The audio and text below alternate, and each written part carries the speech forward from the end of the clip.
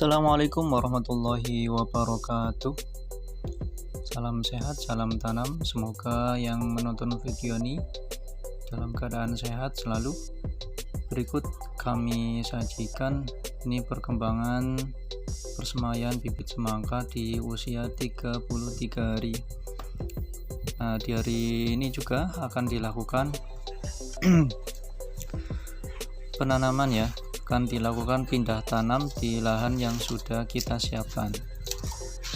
Oke, langsung saja.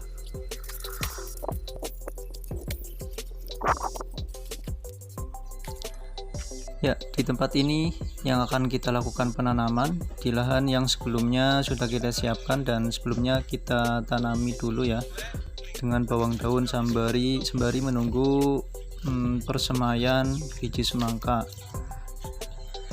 Nah, bawang daun ini berarti usianya sudah 30 harian ya ditanam. Ini ukurannya udah cukup bagus, sudah siap panen nih sebenarnya nih. Tapi nanti kita tanam saja lagi, karena untuk bawang daun ini nanti kita butuhkan seperlunya ya. Kalau butuh nanti tinggal metik daunnya satu gitu, enggak kita cabut. Ini kita pindahkan masih di lahan yang sama ya, di sini ya. Kita sistem tumpang sari saja di sini, karena kita memaksimalkan lahan yang ada ya. Ini hanya ukuran 2x1, tapi kita tanami sayuran bawang daun dan buah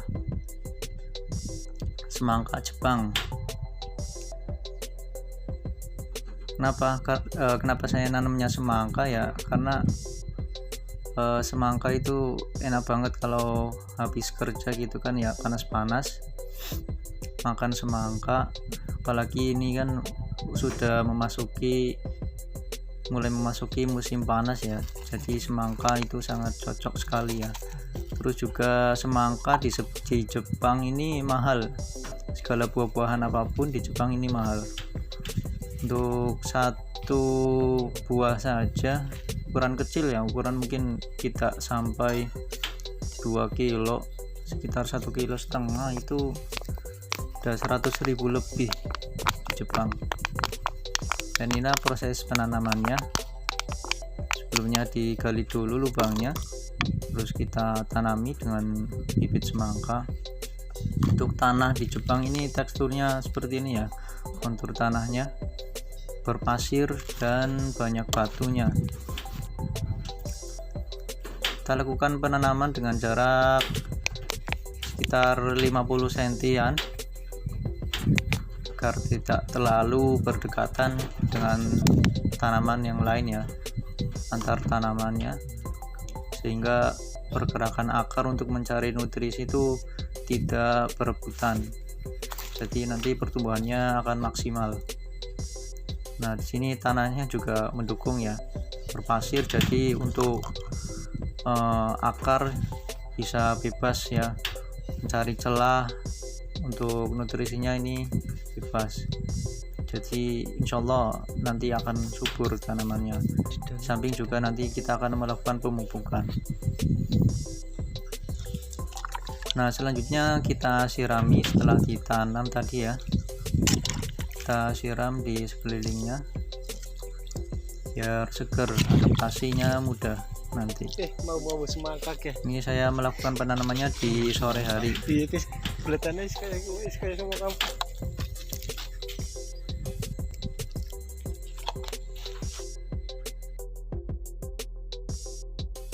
Tidak lupa untuk bawang daunnya, ini kita tanam lagi di sini ya, berhimpitan saja nggak apa-apa, karena bawang daun di sini di pertanian Jepang juga tanamnya ini berhimpitan, kayak sama seperti di rumah di Brebes gitu kan ya.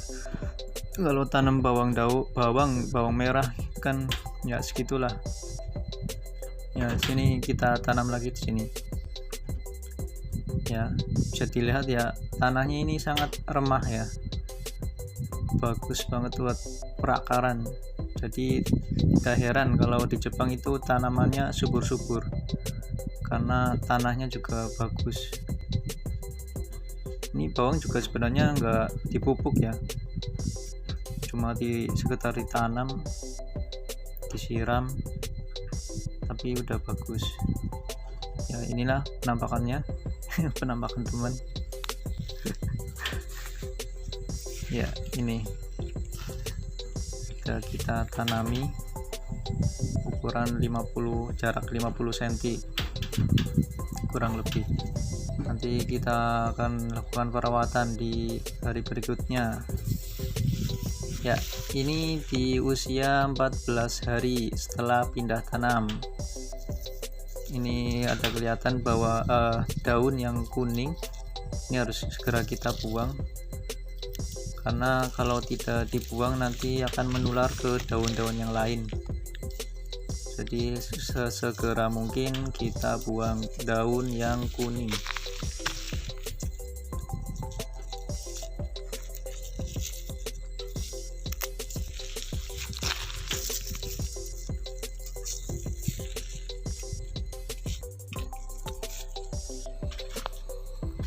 Oke, untuk perawatan saya akan melakukan pemupukan dengan memanfaatkan sampah untuk pupuk organik ya. Jadi jangan dibuang sampah-sampah yang sisa ya, sisa sayuran itu jangan dibuang. Eman-eman kita manfaatkan untuk pupuk organik untuk tanaman, karena manfaatnya sangat besar sekali untuk tanaman, karena terdapat banyak unsur-unsur hara yang akan dihasilkan oleh pupuk organik. Jadi langsung saja kita tanam ya di sini ya. Kita pendam di sini, sebelumnya digali dulu lubang untuk tempat sampah-sampah ini, sampah organik. Kemudian kita uruk, jangan sampai kelihatan. Kenapa? Karena kalau di sini ya, khususnya di Jepang ini ya, ini banyak banget di sini, di tempat ini banyak banget burung gagak yang biasanya ngorek-ngorek sampah.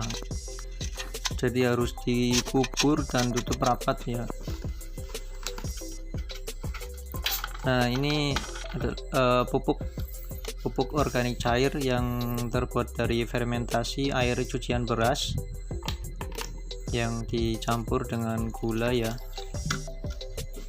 yang difermentasi kurang lebih 2 mingguan. Ini untuk pupuknya 100 ml, kemudian dicampur dengan air 5 liter. Sebenarnya untuk takaran pupuk sendiri enggak ada ketentuan menurut saya, kita kira-kira saja ya. 100 ml, kalau saya bandingannya 100 ml pupuknya, pupuk cair, terus ditambah dengan air 5 liter. Ini cukup untuk tanaman.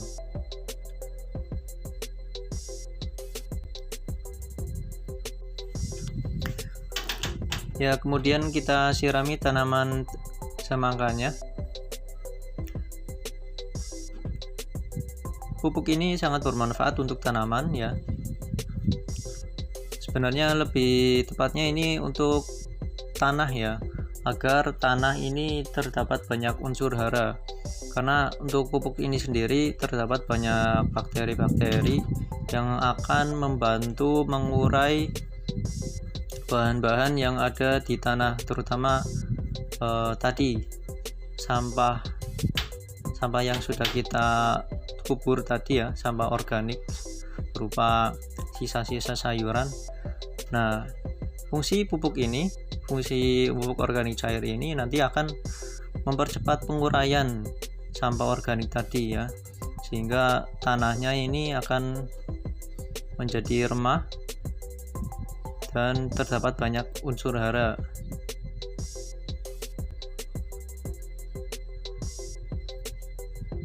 Kita siram juga untuk bawang daunnya biar sama-sama seger. Oke, sudah. Nah, ini penampakan di usia 20 hari setelah pindah tanam. Kita akan melakukan pemangkasan topping pucuk ya.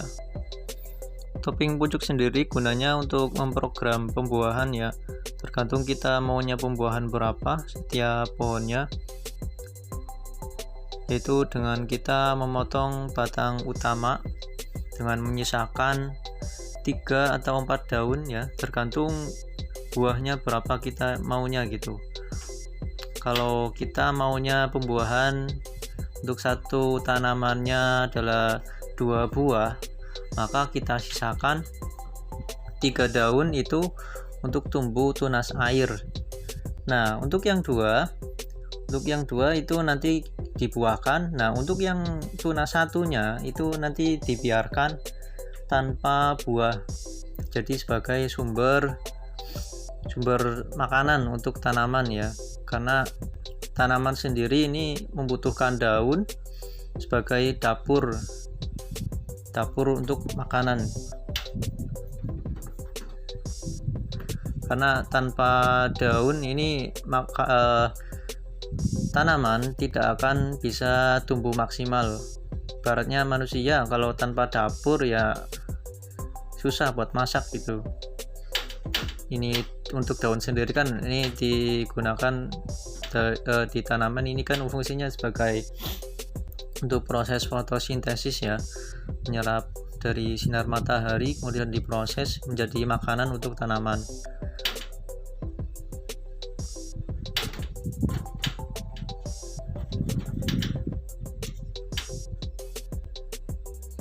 Ya, kita pilih daun 3-4 gitu ya. Kalau kita sisakan 4 daun berarti nanti tunas yang tumbuh itu 4. Nanti bisa kita seleksi lagi, karena mungkin kalau kita butuhkan 3 berarti nanti yang satu itu nanti dibuang, nanti diseleksi. Nah, ini hari kedua setelah topping kemarin. Tunas-tunasnya sudah mulai tumbuh, bahkan ada bunganya. Bunga-bunga di sini harus kita buang ya, karena kita fokus untuk memperbesar tanamannya dulu. Tanaman kita besarkan dulu biar daunnya banyak, baru nanti bisa disiapkan untuk buah ya, bisa dibuahkan nanti kalau daunnya sudah banyak dan tanamannya sudah cukup besar.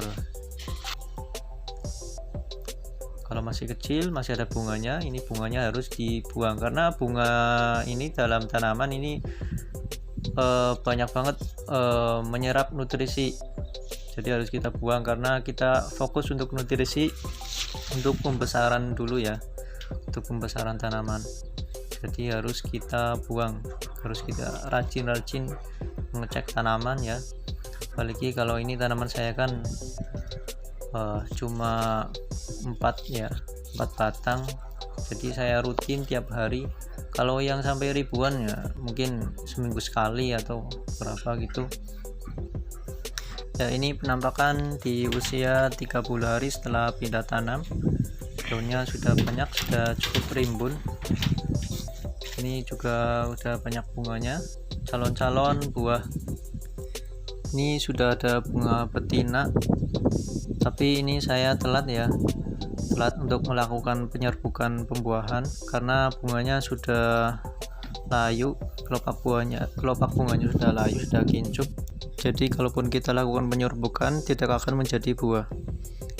Nah, ini contoh untuk bunga betina yang masih fresh ya. Yang ini bisa dilakukan penyerbukan. Ini saya melakukannya di pagi hari, dimana bunga-bunga ini mulai bermekaran ya. Sebenarnya ini masih terlalu pagi, masih jam 7. Kalau sudah jam 9 mungkin ke atas itu ini sudah mekar sempurna, tapi ini sudah siap. Kita langsung saja ya, kita ambil bunga jantan kemudian kita lakukan penyerbukan di atas mahkota bunga betina seperti ini ya. Sudah. Untuk penyerbukan pembuahan ini sebenarnya secara alami ya, Ini bisa terjadi sendiri ya, dengan bantuan melalui serangga yang hinggap ya, kayak tawon gitu kan, biasanya hinggap di bunga terus pindah ke bunga yang lain. Nah, itu bisa terjadi lewat perantara serangga. Kemudian yang kedua, bisa juga terjadi dengan perantara angin. Sari putiknya terkena angin kemudian terbang jatuh di mahkotanya bunga betina. Namun kenapa saya tetap melakukan penyerbukan secara bantuan seperti ini? Ini untuk memperbesar persentase keberhasilan pembuahan ya. Jadi sifatnya ya kita berusaha agar berbuah sesuai yang kita inginkan. Oke, ini sudah selesai.